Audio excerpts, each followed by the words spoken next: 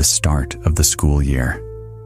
Catherine headed early in the morning to her new school, and she was a little nervous that she would meet new people, and she is not that social girl who is good at that. And when she arrived at the school, and fortunately, she found her friend who was in her old school. So they sat next to each other in the classroom, and they became very close. Catherine did not merge with the rest of the students a lot, but she always sat with her old friend Sandy until they later became like sisters.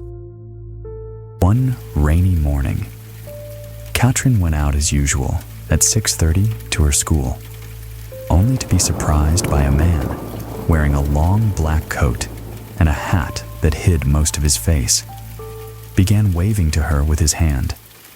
Catherine was surprised and continued on her way without paying attention. And the next morning, she saw the same man, and he began waving to her again. This is when the girl started running after she realized that he was coming after her, feeling as if someone was following her. The girl traveled quite a distance and then looked behind her and found nothing. So she hurriedly continued her walk to school. And when she arrived, she told her friend what happened to her. But she did not care about what she said, and considered that she was joking with her. In the morning, she prepared herself to go, and as she walked and approached to arrive, she turned around and did not find him. So she thanked God, and it was only moments until she heard someone calling her name.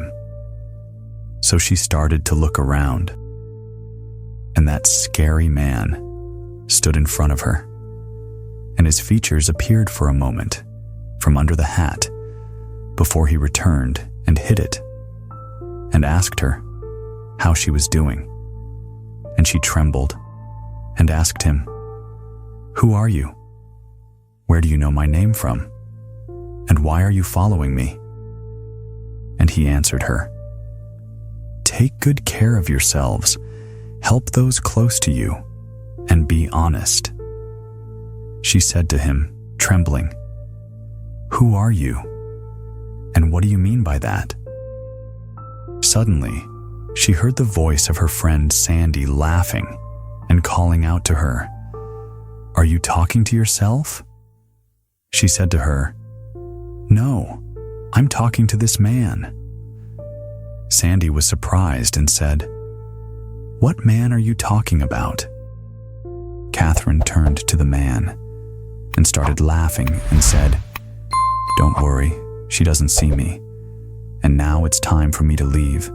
But as I commanded you, help those close to you and keep the trust." Catherine was very scared when she realized that she was the only one seeing him, and her fears were interrupted by the voice of her friend Sandy. "Catherine, what man are you talking about?" Catherine said coldly, It's okay. I'm kidding. Come on, let's go to school before the bell rings." At the end of the school day, she arrived home tired after a day full of adventures, and soon her phone rang, and a long and strange number piqued her curiosity. And when she answered it, she heard a voice saying to her, "Thank you for this meeting. Let's meet after my awakening." She was surprised by that mysterious call, and after checking the voice, she discovered that it was the same scary man, until she decided to end this panic and tell her father about it. And when she went to tell him, she found him talking on the phone. So she stayed waiting for him to finish his call, during which time her phone rang again, and it was the same number. She hesitated a lot before answering to hear that man's voice saying, "Don't tell your father. No one else can see me. and you'll look crazy in front of them." Catherine closed the phone and went to her room quickly, trembling. The next day, she asked her father to take her to school in his car, claiming that she was tired and could not walk. She kept looking around all the way, searching for that man, but she did not find him. The next day, she went to school alone, after her father apologized for not taking her because he was late for work. She looked around her all the way, but she did not see him either. 2 consecutive months passed, and Catherine did not catch a glimpse of the man in the black robe until she thought that he was just a fantasy or a daydream. In May, Catherine attended her friend Sandy's birthday party, held at a cafe in the city, and prepared a beautiful gift for her that she had wished for a while. And before leaving the house, she started preparing herself and preparing the gift that she would give to her with enthusiasm. And when she came out of her door, she found a large box that seemed to have a gift inside it.